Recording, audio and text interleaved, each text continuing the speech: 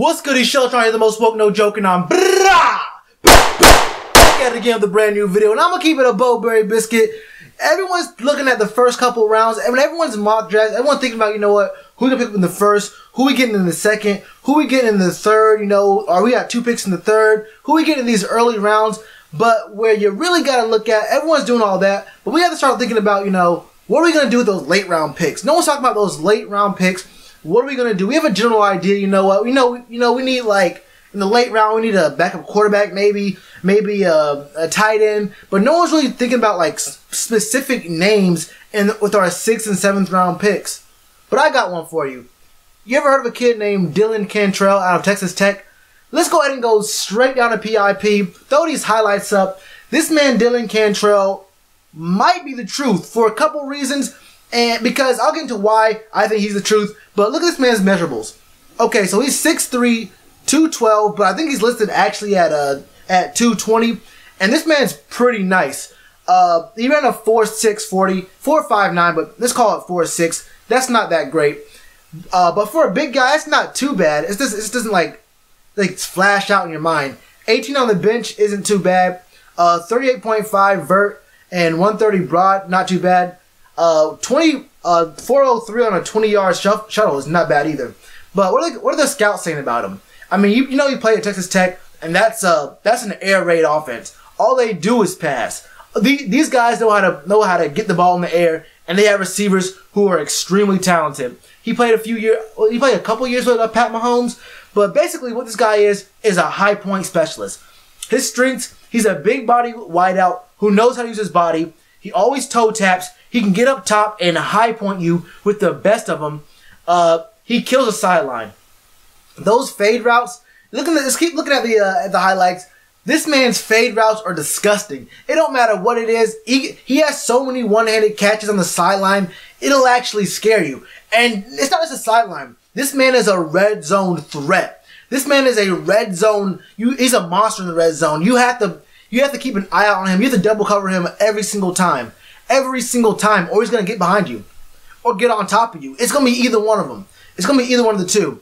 It says he uses his frame very well to create space. He can leap, turn, and secure on the back shoulder throw every time. Consistently drops toes in bounds.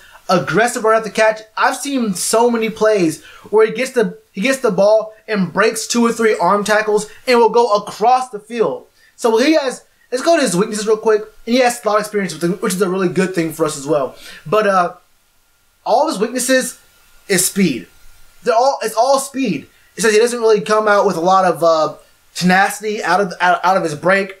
Little acceleration out of breaks. It says lacks route speed and quickness. Doesn't really have a lot of moves in his routes after the route breaks down. He doesn't really have a lot of improv to the back end of his routes when quarterbacks are scrambling. Feet are lethargic on his release. Sees loads of press coverage because DBs know he's not gonna beat you with speed up the field. So they like to press him. But he's a big guy, so I mean, if you're gonna be a hand fight with this man, if he gets behind you, if he gets a swim move behind you and he's up there, you better double coverage him with the safety over the top because he's gonna catch the ball over top of you. And like I was saying, this man just has a lot of good things. And the big thing to notice is that the things he's good at, you can't teach, and the things he's not good at, you can teach. Like you can't teach being big. You can't teach someone having the natural ability to just use their size to box out and get up on someone. Hey, I don't know if y'all hoop a lot or whatever. You ever been to the park or like the courts or whatever, and you get there and you see like a 6'4", 6'5", lanky dude out there on the court, and you're like, damn, that dude's gonna be nice. Like I want him on my team, and I don't want to have to guard him because you see tall dude and you're playing basketball, you're thinking to yourself, 1 + 1 = 2. This guy's tall, he can play ball. But how many times you're out there, you see a tall guy out there who has no clue how to play basketball. Like, he gets the ball, he gets a board, he brings the ball down and tries to come back up with it, or he just doesn't know how to box out or use his size to his advantage. So there's big, tall guys out there for no reason. And they really become a liability to their team because they don't know how to use their size. So they have a bunch of size. They're not exactly fast. They can't handle the ball. And the thing that you want them to do the most, they should be their biggest advantage, isn't an advantage because they don't know how to use it. They don't have it in their mind. They don't have that skill set just that basketball IQ to use their size to their advantage, and their size ends up being a disadvantage because they can't handle the ball, so they get a board, bring it down, and the ball's in the defense's hand the second they get it down there. It's kind of hard to teach size and how to use that size to your advantage. And this man already has that. You can teach. Look, when your route breaks right here, pivot hard and make that move right here. Look, when the play breaks down at the end of your route, look at this. You notice what the defense is doing. If they're in the zone, you know where to go. Find that pocket and get there. If you look at the tape of what your man's doing on you, who's going to be guarding you, you know what does he play inside? Does he cheat inside? Does he cheat to the outside or over top of you? Come in. Come down a little bit. Come back to the quarterback. Come back to the ball. You can teach these things to receivers. Can you teach speed? Probably not. But you can probably get this man down weight and shave a little bit of speed and make him a real deep threat. Is he going to have 4.4 speed or low 4.5 speed ever? Probably not. But for a guy this size, look, you just look at him.